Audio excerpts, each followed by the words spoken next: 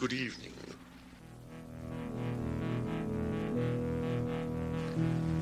James Spielberg and Centauri present Many Voices, a Bits and Pieces audio issue. I think that might be nice with some lemon and melted butter. It struck him as he was walking through Hartsfield Airport. That is to say, he was riding on the horizontal escalator/walkway. His rollboard bag sat behind him like a faithful dog, and his heavy duffel bag filled with a giant stuffed animal lamb chop sat on the handrail. He was very tired. It was past midnight, and he had had 2 beers too many on the flight. "Welcome to Atlanta," the electronically recorded female voice said over the speakers. "Home of the 1996 Olympic Games." He tried to ignore the voice, otherwise it would irritate him past his endurance. But he heard it twice a week, and one couldn't get annoyed every time one heard it. At least he couldn't. "Have a pleasant visit," the voice concluded before the tape rolled around to its beginning again. It's not a visit, he thought for the 100th time.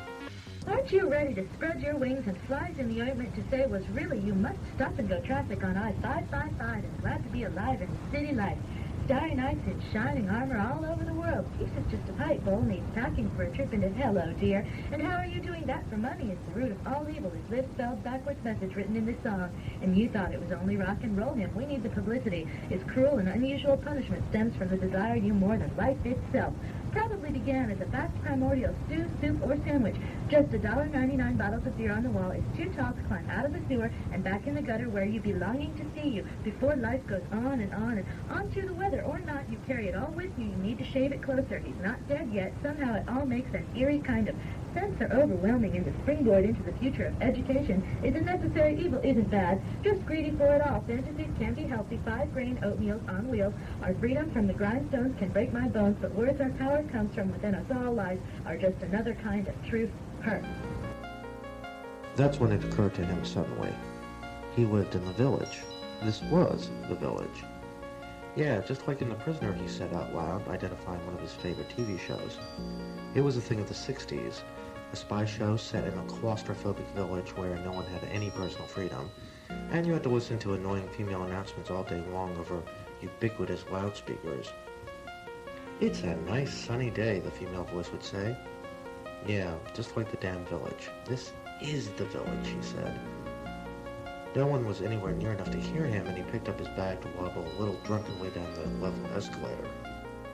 Get the ace that comes for Scott Wesley. I guess it was his second wife, died suddenly. And that really shook him. And, he apparently asked my grandmother just to not let him die alone. He got sick, and I think by that point he'd moved in with my grandmother and my mother and the rest of the family in the old house of hate. And my grandfather, who I guess is also a veteran, although I don't think him as being very noble, he was well into his drinking and abuse and the other shit that he's always done. And I guess at one point Papa Jeremiah tried to stop my grandfather from doing something, and my grandfather just pushed him down, and Papa sat there on the floor helpless. My mom had to help him up and get him off to another room.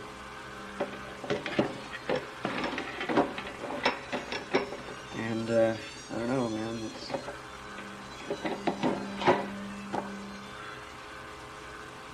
you gotta wonder how a war veteran and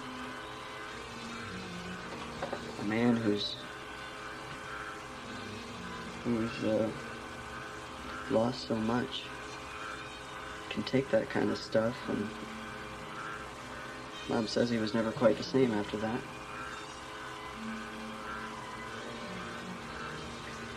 Anyway, he got sick and was hospitalized for quite a long time. And I guess one night finally he did die, and my grandmother wasn't there, although she was keeping a close eye on him, trying to keep her promise. And there was some sort of mix-up at the hospital. I know that they were supposed to call if there was any trouble, or I guess the way my mom put it is that for all we know, Papa did die alone. And this really crushed my grandmother. And why the hospital couldn't have just said, you know, it's okay, there was a nurse with him and he was peaceful and whatever. But I guess they just said, well, we don't know when it happened, or, you know, he passed in the night and nobody was there. I don't know. Just another tragic turn of events. The older I get, the more it seems like I don't have enough time to even start doing all the things I'd like to do. Even when I went a year with no work and lived off of a frighteningly large portion of my retirement money. The days I put on my brave face and try to get things accomplished passed like they were nothing. The days I gave into depression also passed very quickly. In fact, the only time that time ever seems to slow down for me anymore, and usually it passes as soon as the moment passes, is when I'm bored and have nothing to do.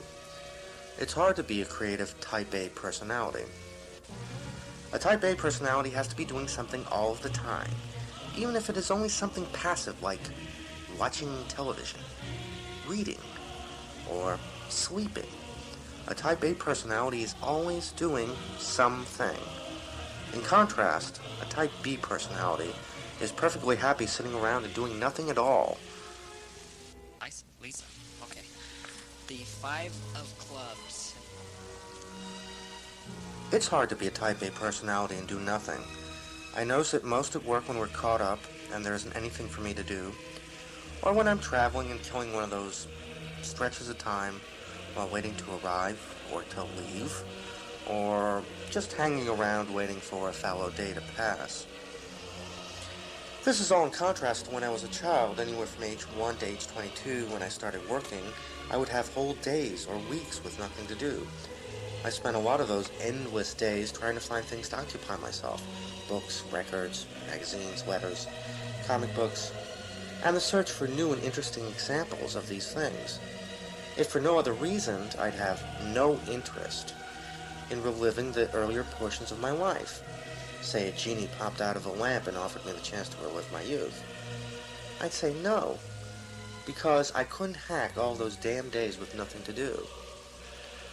As an adult, I don't seem to have that particular problem anymore.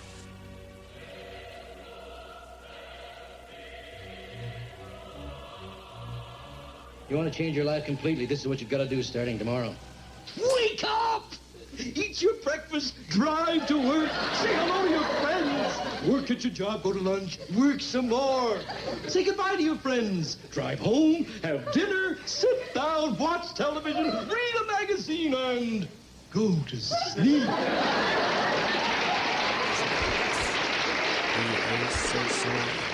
Ted, that was absolutely wonderful. I mean, it was profound. And you're absolutely right. It's not what you do, it's how you do it. No, Mary, that's not what I said. What I said was, Wake up! Eat your breakfast, drive to work. His job was training him to be patient with people and try to solve their problems, because that was what was expected of him. His boss had the mistaken impression that he was kind and long-suffering and patient. The only thing patient about him was his resignation to the fact that he had nothing better to do than go to work. Ward knew that wasn't something that dawned on him until he was long past the point of being a legal adult. So, when some cowardful woman, obviously a damn Yankee from her accent, Or possibly one of those damned fluorides from the southernmost limp dick of a state, he hated with passion, said, "Excuse me, is there another parking lot? I can't find my car." He actually tried to offer up some advice. I would check with the people who run the parking lot, he said. Perhaps they towed your car or something. She got snotty. Why would they tow my car? That tour. You're going to pester a total stranger with your limp wuss problems. It would be stupid enough to park in a huge parking lot and not have some vague clue of where their vehicle was anyway. You do not come on with an attitude. He snorted a snort that was near ironic laughter. "Lady," he said, making a grandiose sweep with his arm as he turned to continue to row 30 where his transport waited for him. "It ain't my problem." It would be nice if the bitch wanted something from a sudden turnaround from polite passerby to typical New York City style "fuck you and the horse you rode in on" attitude. But he doubted it. He stayed angry over the incident for a week, about 6 days, 23 hours, and 55 minutes longer than she did. I went to Norway this summer for 5 weeks. So I don't have a really good rational reason why, because Norway has reoccurred in my life in various different ways a few times up until now. And the more I think about it, the more traces I can come up with. Like when I was young, I didn't like the Greek myths, I liked the Norse myths. When I was in 4th grade, I did a report on Norway. My favorite singer-songwriter person lives in Norway. My favorite book, the afterword is written in Sweden, which is really close to Norway. The first time I heard this particular fiddle that they have in Norway, I was really like, wow, and moved and stuff. So I decided I should go to Norway. I had been fantasizing about it for a while, and I decided Norway is the place to be. There was no real rational reason to go, and I thought the reason to go would be to go in the boats, look at the fjords, and be like, wow, this is really pretty. And after I got there, I learned that being in the boats, looking at the fjords, was the equivalent to I'm in a boat and there's a mountain behind me. It wasn't as pretty as like the pictures I had seen when you're like in an airplane looking down at the fjord and go, wow, that's really pretty. Now, what I did have to do a lot was take a lot of trains. And the trains were really cool because you got to go really up high in the mountains, look down at the fjords, which was really pretty. And what would happen is, as I was looking down at the fjords, and the fjords are like big lakes and mountains, except they're saltwater. So, and there's no like beach part, it's just like cliffs going into the water, which is, I guess, what it's famous for besides being cold. But just as I was driving, as we were going on these trains, and there'd be these big fjords, I kept having this idea of like a big hand and fist coming up out of the water. And I kept thinking that would be really cool, and I drew a picture of it. I kept a journal while I was there. It's 550 pages. I did a lot of drawings. It was drawings and writing. Okay. I was alone for 5 weeks. I had to do something.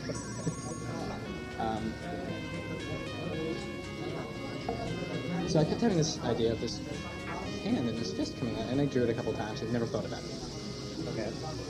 So basically what I was going to do is take a train from Oslo, which is west and south, to all the way to the west coast, take a boat up, and kind of go counterclockwise and come back down. I got to the west coast, lost my credit card. I've never done that in my life. I really needed my credit card for this trip. Basically, the best I could figure out is I threw it away. No one stole it. I didn't lose my wallet.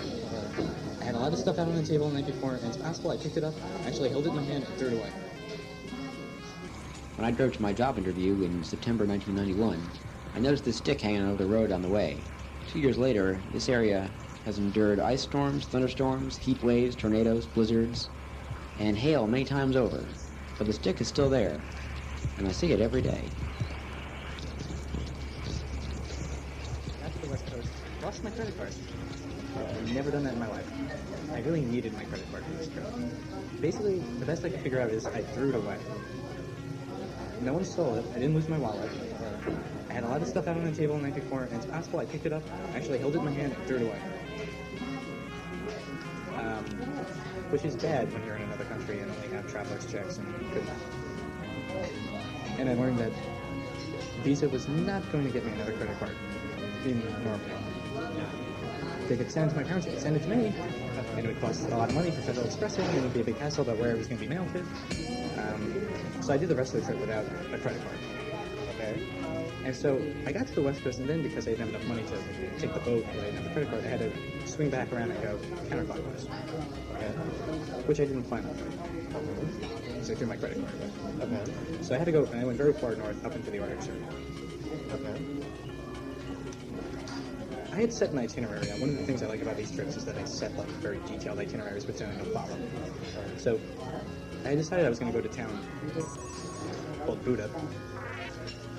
Went to and the night before I was supposed to go to Buda, I changed my mind very suddenly and decided to stop at a town that was one train stop before that, called Finns. Finns. Which was like this tiny little nothing town in the middle of Norway. Like, no tourists go there. There's no reason to be there. There's a mine. Like, they make rose-colored granite there. That's like the reason why it exists. Okay. And I'm in the youth hospital. And this is like 2 weeks into my trip. Maybe 3 weeks into my trip. And I decided it's time to do my laundry for the second time on my trip. That was a long, so it was really... So, and there's no one around to tell me where the laundry machines are, the washer and dryer. So I start poking around this place trying to find it. And I'm thinking down, because washing machines are always down for some reason. They're always under the earth for some reason. And I come to a staircase, which at the bottom of, there's like piles of wood and like broken beds. Obviously this is not where the washing machines are going to be. If I go down the steps anyway. At the bottom there's a doorway to my left that's completely dark. And the washing machines aren't going to be there if I decide to turn the light on anyway. Which I think is really uncharacteristic for me, because normally I don't poke around where I'm not supposed to be and I don't turn lights on where I'm not supposed to be. So I turn this light on in this dark room in this youth hostel where I'm not supposed to be. And inside is a pool table. In the room, on the walls, which were stone, there were two murals, one being a painting of large mountains with a fjord with water in the bottom with a big arm and a fist coming out of it. And I just sort of stared at it for a couple minutes and then turned the light off and went back and never asked anyone about it. Which is what everyone's next question is like, so what did you ask them what it was? And it never even occurred to me. I was just like, that's really weird. And went back to bed, pretty much. And that's the only really good story I got out of Norway. So, like, in this country that I had no reason to go to, in a town I never planned on being in, because I threw my credit card away, I saw this thing that I drew 2 weeks before while I was in this country. I considered it a good trip after, but it was kind of like... Gary Smith, the page of clubs. For some reason, he'd always pictured himself retiring in Port Merion, North Wales, England. Yeah, so what? They'd filmed one of his favorite television programs there. Big deal. But there was something in the air, and the je ne sais quoi of the place when he had first arrived there in 1984. Ah, yes, he had told himself, and his companion. This feels right. I have a funny feeling I've been here before. I'm comfortable here. I understand this place. When he returned 4 or 5 years later by himself, he wasn't quite as convinced that his destiny lay there. He was a little surprised. The Welsh weren't quite as welcoming to a traveler by himself, although one might make an argument that they were put off slightly by his tough East Village, New York weathers. He didn't quite put a dent in his fantasy, though, and it went like this. He would sleep late, as he always did in almost any fantasy, seeing as how he was a devout evening person and shunned most daylight. Then he would leash up the dog, named Patrick perhaps, and put on his tweed jacket with the leather patches on the elbows, wrap his black scarf around his neck, and walk through the autumn leaves to the shops at the defunct train station. Old coal-carrying trains would stop there, but it was decades since they had any reasons to run regularly. But the shop still existed. He'd stop at the post office / chemist, post a few letters to his remaining correspondents, buy the local paper, and toddle off on his way. The big important stop would be the pub on the high street, in Penryn Goudraith, or whatever that town is called. Welsh names are not only confusing, they are unpronounceable. And he would have a nice pub-style lunch over the paper, maybe a turkey sandwich, and a pint of beer, or 2, or 3. Then he would walk Patrick, or Jacko, or whatever colorful British name with a U in color, of course, back home. Once safely ensconced in his little Welsh cottage, he would first nap, then spend the evening listening to television and radio. He'd walk the dog again, pausing near the town hall or the babbling brook, reflect on his wasted youth, and go home to a nicely heated leftover dinner. All this time, of course, he'd be wearing some sort of silly hat, Panama perhaps, or a beret like his father used to wear, but not a bowler hat. He wanted to live in Britain, but he knew he wasn't John Steed, and he knew he didn't work in the city. Sometimes he wondered if he shouldn't buy the cottage now. Surely it would be cheaper in his 30s than it would be in his 60s. But it isn't easy buying and maintaining real estate, even on your own doorstep. Never mind across the mind-numbingly wide gap between cultures across one of the major oceans. Once upon a time, there was a truly beautiful girl. She was sweet and kind, intelligent and lovely to look at. She was a cheerleader and an honor roll student and a stepchild. And one day, her stepmother beat her so badly that her skull was cracked, and the beautiful girl spent Thanksgiving week in the hospital. But it wasn't the stepmother's fault. It wasn't the father's fault either, not really. And it wasn't even the beautiful girl's fault. It's true that she had been disobedient, and perhaps she had deserved some punishment. It's true that she wanted the dreams of beautiful American girls rather than beautiful Laotian girls, and perhaps her disloyalty to her culture deserved a little punishment. It's true that she had been sold for $4,000, and perhaps she should have been grateful to have given her family a new start in America. You see, in Laos, where the beautiful girl was born, daughters are the property of their fathers and then their husbands, even today. The beautiful girl's family had left Laos, but Laos was still within them. When the beautiful girl was 13, she had been sold to a 26-year-old Laotian, a fellow immigrant, for $4,000. It was, after all, tradition. For 3 years, as tradition demanded, the beautiful girl and her fiancé, owner, shared a bed, and she hated every time, every night. After cheerleading practice, the beautiful girl would sit in her car, silent tears falling slowly, and quietly she would ask, "Can I sit here a little?"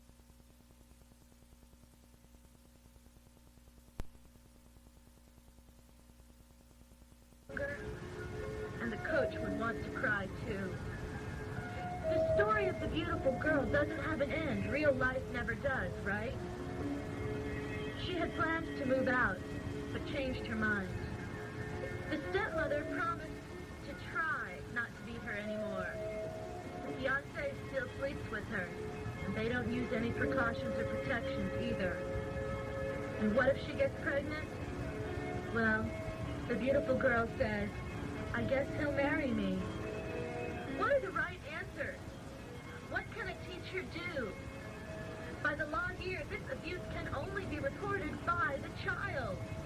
Anyone else, it's slander, defamation of character, whatever.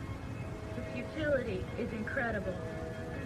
I've done my screaming and dreamed my nightmares on this one already, and that's why I'm not revivisizing here and now. Besides, the only thing I can do in a situation like that is to love the child and listen to her. It may even help someday. But right now, I'm glad I don't know where Kumi lives. Buying a handgun isn't so very hard, after all.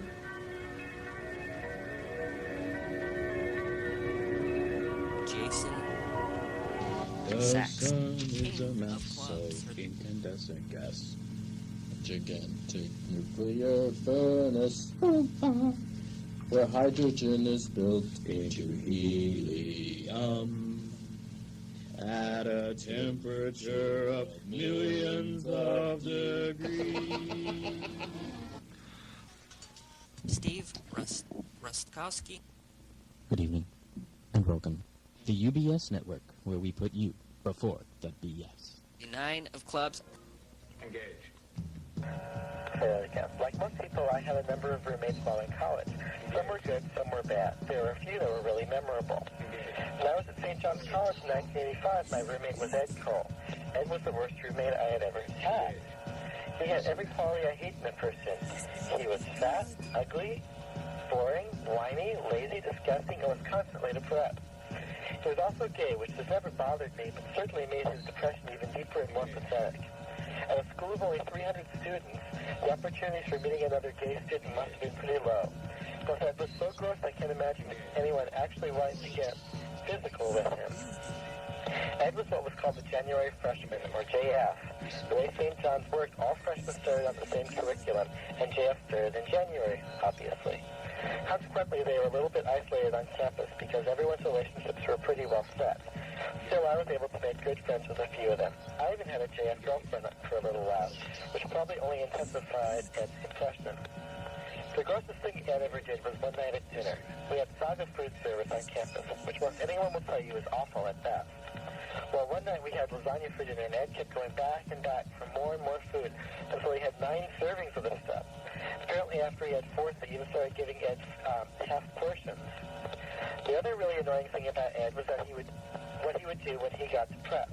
Since he started cutting classes pretty regularly, he would sleep late and stay up late.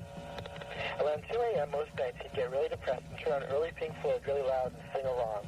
The horror of his singing was only beaten by the way he'd chain smoke his cigarettes, palm up, just like the stereotype. Needless to say, Ed eventually quit school and went back to his parents in Baltimore, who hopefully helped him straighten his life out. Soon I had a roommate, John, who was much better.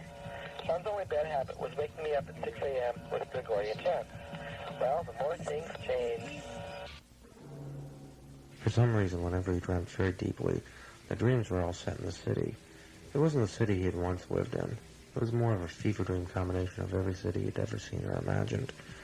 In his dreams, he usually habituated to seamier areas, dark, dirty corners and alleys, like one finds off Oxford Street in London, or off the main square in Venice. Tacky little record or bookstores like you'd find in New York or Philadelphia, or graffiti-covered trains in some improbably subterranean transport system, or high above a tree-lined street. Sometimes he dreamt of huge department stores, running down grandiose flights of stairs somewhere near the 30th floor, or trying to get to the 7th floor on an elevator that didn't stop on the 7th floor. Sometimes in his dreams he'd find himself moving back to the city and being hopelessly lost, wandering through endless streets trying to find the new apartment he'd rented long distance. He hated the city, but sometimes he wondered if he didn't dream about it so much, if deep down somewhere he wasn't still in love with his earlier immature vision of the place. After all, the city he'd imagined when he was 13 had been the ultimate cool place. Then he'd remember the cold, and the dirt, and the poverty, and the drugs, and the prostitution, and the hopelessness, and the roaches, and the rats, and those goddamn stupid accidents, and the fear, and the crime, and the loneliness, and the pain, and the frustration, and the sleeplessness, and the goddamn expense. Eventually, he realized that his dreams were yearning not for the city itself, which, after all, was a shitty place, but for the endless optimism of his youth. Brewster J. Chase. Tennis swords. To Diego Rivera, Detroit was the heart of American industry, the home of the American proletariat. Thus, when William Valentiner, director of the Detroit Institute of Art, an art historian, screw this, I don't want to do this. Why not? This is that whole hear your own voice thing. I can't do it. Now here's another story you haven't heard before. I dreamed I was flying, never falling.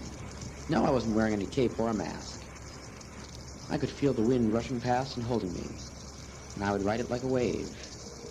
And when I woke up in the dark, with the covers over my head, I brushed my knee against the sheet and saw stars, stars, stars, stars. Charlie Bandis. Your card is the devil. The realm of possibility is mere entertainment. Entertain the possibility? Is it possible to be entertained? Is possibility entertaining? Is it possible to maintain the luxury of ideas? All explanations are possible, particularly those that are improbable. The path of least resistance is taking the first idea that comes along, and we all know what that must be. The first idea that comes along is every idea that comes along. One must believe in everything, especially the impossible. When one states their disbelief, they're always lying. To have enough knowledge of something to have an opinion about it means that it's too late for you. You're infected. Luckily, most infections, ideas, coexist most effectively and do not cause harm. Those to which one has particularly poor resistance often end up taking the others hostage and harming the balance of ideas. The best method of preventing this form of armed takeover is by cultivating a sense of humor, an idea that disables other ideas without harming the host. However, the spasms that this engenders in others disarms their immune system to the ideas that are the most dangerous in the hostage sense. It is wise, therefore, to cultivate a sense of humor that is proactive, not responsive, one in which one finds one's own humorous attempts funny, but no one else's. This is what propels people into stand-up comedy, an overactive, self-absorbed idea immune system. This is also why most comics are anti-intellectual humorists. Another method of repelling such violence is by embracing anti-literalism, in which one does not allow oneself to truly understand the facts of what is going on around one. Instead, one becomes a mythical surfer, this is really going nowhere. Riding the waves of one's own consciousness. Thus, one never absorbs ideas to begin with. They remain only an energy-filled medium for fun and games upon which one superimposes the expression of one's own movements and unconscious equipment. One's life becomes monologous, similar to the comics, except one does not wait for the applause. The audience is just another wet ripple to skip over, or does not exist at all. Needless to say, the outside world does not react neutrally to such inconsiderateness. Often it insists that at least lip service to be paid to non-internal ideas. This prompts the artist to create the first in a series of fronts, bluffs, or ploys to placate those who don't buy originality, a marketing concept, otherwise known as a lie, a compromise, or as a genius for media. There was a sense of unease about the colony. The colorful photos from the Holiday Inn brochure, showing tourists walking around with their helmets tucked under their arms in the noon heat, did nothing to reassure me. I'd sent a hidden message to my travel agent, and it had come back with a coded message that showed I'd have to pay 5,000 American new dollars to get out and leave my companions behind. I coughed briefly. The oxygen gum was a relief from wearing the cheesy-smelling helmet, but it wasn't a perfect delivery system, and I would choke sometimes when I tried to inhale the real air. I trudged through the red sand past another hotel. It looked reedy and vulnerable in the afternoon light, and I had a daydream in which Godzilla squashed it flat with one big green foot. We knew there wasn't a lot of life on this barren rock, but the sand showed signs that something lived in it. Nothing on the scale of the sandworms on Arrakis, but something. And I had a hunch as I walked through what looked like an earth parking lot next to the hotel that this structure wasn't going to survive long. After another 5 minutes, I reached some of the central buildings of the boom town. Things were fairly deserted. There was a central square surrounded by 3- and 4-story buildings of the type that screamed administration to anyone who'd ever lived in the European Union or the American Free Trade Zone. I walked up some stairs to a second level to ponder what to do next. He must have followed me up the stairs, but I didn't see him until his weight bore me to the ground. He was a short, bald dude with glasses, pudgy around the middle from eating too regularly. He screamed what sounded like murderer, assassin at me. I solved his weight problem for him when I turned his wrist around, and his gun went off point blank in his chest. He slumped to the ground, dead. I looked around furtively. Still no one around. I rummaged through his bag. My God, a tray of precious metals and jewels. Much too heavy to be of use to me if I was going to get off this rock. But a gold coin from several hundred years ago showing Franz Joseph II of Austria on the face caught my eye. My grandmother had given me a pendant with a similar piece when I was a child. That I took and shoved into my breast pocket. I then lifted the tray, and underneath it was a fortune in international currencies. Dollars, of course, but also a wad of pounds sterling, big enough to choke the proverbial horse, as well as French francs and German marks. More money than I could get one hand around. I hastily stuffed my shoulder bag full with this gorgeous loot. I left the scene of my crime behind me and hurried for the spaceport. If I was lucky, I could still get on a ship bound for Earth today.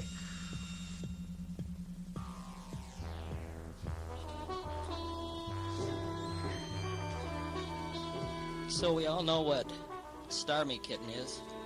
Does that mean Sonic Youth Star Power would be about the same thing? If the Star Party. Anyway, I was thinking about REM and their popularity and what really irks me. REM. And I think, REM isn't really the problem, and I have no problem with their popularity. And I really, really, really loved them 6 years ago. I think that what really irks me is that their popularity pretty much blocks out most of the potential new REMs. Stuff that is, totally different from what's out there. It's not just the REMs, it's the whole thing. The popularity itself is the problem. And it runs in movies, books, music, everything. The whole multimedia thing, man. But the whole thing is that, we're so limited to what we get to see, hear, read. And I think I knew that as a little kid growing up. And a lot of the things that we get to see, read, and hear are so superficial and basically formula, the same thing over and over and over again. What is successful. That you hear it once, you see it once, whatever, and it's like you don't want to see it again. It's a waste of time. And the best things in life are the things that you can hear or read or whatever, and maybe the first time you don't quite get it, and maybe the first time maybe it was even irritating, but it kind of grows on you. And by the third or fourth time, it's like, yeah, this is really good. So, that's what I have to say on that point. My little old first trip to Port Merion story. Coming at you in 3, 2, 1. So here I am, and so there I was. Monday, June 24th, 1991. Learning the life lesson that whoever said rail travel is romantic had never rode British rail. Efficient? Maybe. Economical? Maybe. Romantic? Not ruddy likely. However, after 7 days of carrying about in the London area, I was ready to go into northern Wales to spend 4 days relaxing at Hotel Port Merion, which, as fans of that sort of thing know, was the setting for a lot of the external shooting in the 1960s TV series The Prisoner. So my last look at London for 4 days was in Euston's rail station at 7:20 a.m., where I boarded my train at platform number 6. And Prisoner fans out there are already chuckling over the irony of that. I ended up seated next to a couple very well-dressed salesman types, one of whom was Irish and one of whom was English. And the Irishman had the unfortunate luck of being sort of a nice, voluble sort who continually had topics shot down in screaming flames by the Englishman. For instance, the subject of Wimbledon led the Irishman to talk about ticket touts, what we call scalpers. And the Englishman was so wrapped up in hatred for scalpers that the topic sort of withered and died before everyone's very eyes. And later on, the Irishman was talking about going to see a Toronto Blue Jays game while he was over in North America and being quite impressed by the use of video instant replay. And he found it especially handy in the case of a diving catch in the outfield to see if the outfielder had in fact caught the ball or trapped it on the bounce. To which his English compatriot said, well, that's what eyes are for, aren't they? You can tell something like that just by looking. Once again, topic shot down in screaming flames. Fortunately, I had a book and was able to just sort of stay away from the whole thing, but I did feel sorry for my Irish compatriot. Finally, at 10:36 a.m., we arrived in Shrewsbury, where I changed trains to take me on into Port Merion. And this train was considerably smaller and considerably more crowded than the London to Shrewsbury link. And my first impressions of my seatmates were that I wound up sitting next to a couple of ratbag ladies who had escaped from Monty Python's Flying Circus, which actually provided some entertaining listening. Oh, well, my sister came to visit just last year, and she rode the coach. Oh, I don't like coaches. Oh, I know, I don't like them either. One time, took a coach expedition. We broke down, had to take 2 extra days to get there. Oh, dreadful. Yes, dreadful. And on like that for several hours. But their company was, as I said, amusing, and certainly more pleasant than the whole family of Welch Waltons who got on several stops later. Everything from dribbling granddad to a suckling infant, with every generation in between. But the scenery was pleasant, and being able to take a full day relaxing was also very nice. Finally, almost perfectly on schedule, we pulled into Penrhyn-Dewdraith Station, which is just a hop, skip, and a jump from Port Merion. In other words, this is where I got off. Friends who had made this journey before, wave hello, James, had said, don't worry, you'll get off, the train will be pulling out, there are always cabs around. Guess what? No cabs in sight. I waited maybe 5 minutes or so, no sign of any traffic anywhere. So I decided to take a walk up the hill into town, perhaps find a phone, and call and inquire about a taxi. And just my luck, there was a phone kiosk on the street corner in Penrhyn-Dewdraith. And also just my luck, there was a talkative sort of Judy Jetson teenage female clone dominating it. She had the phone booth. She was talking a mile a minute. She wasn't giving it up. I set my bags down right in front of the phone booth. I spent perhaps 5 minutes circling, pacing around the phone booth. She was totally oblivious to me. She was continuing on a mile a minute. So I looked across the street, and what did I see but a pub called the Griffin? And I mentally slapped myself upside the forehead and said, why are you standing out here waiting for the phone when you can be in there having a pint and watching for her to vacate the phone and then go grab it? So packed up my bag, trucked across the street, walked in, and asked the landlord for a pint. After he drew it for me, I went up, kept my weather eye on the front window so I could keep an eye on the phone kiosk, and the landlord finally inquired if I was waiting for someone in particular. And I replied that I was only waiting to be able to get a shot at the phone so I could call for a cab to run myself up to Port Merion. The landlord very kindly said, hold on, let me ring them for you. So we went into the back room, dialed them up, and came back with a little bit of bad news for me. It seemed that the only cab in town was on a trip to Bangor, and that would mean they would be out of commission for about an hour. But the landlord had some good news for me with an alternate suggestion. He said, my wife has just walked in. She can take the place. Let me run you up to the hotel. Well, I didn't want to put him out and kind of begged off and said that was all right. I didn't mind waiting. He wouldn't hear of it. He said, let me see your bags. My car's right around the back. Follow me. The next thing I know, I'm on my way to Hotel Port Merion. The landlord drove me all the way down through the rather circuitous and twisty road to allow me to check in, and I paid him for his trouble, thanked him profusely, and that was my first taste of Welsh hospitality, which taught me a second life lesson, that train travel may not be romantic, but the people in Wales are universally friendly, warm, and well worth visiting again, which I'll be doing only 6 short weeks from today. That's it from me. Bye now, bye. Recorded 1994 by the members of Centauri. Thank you for listening.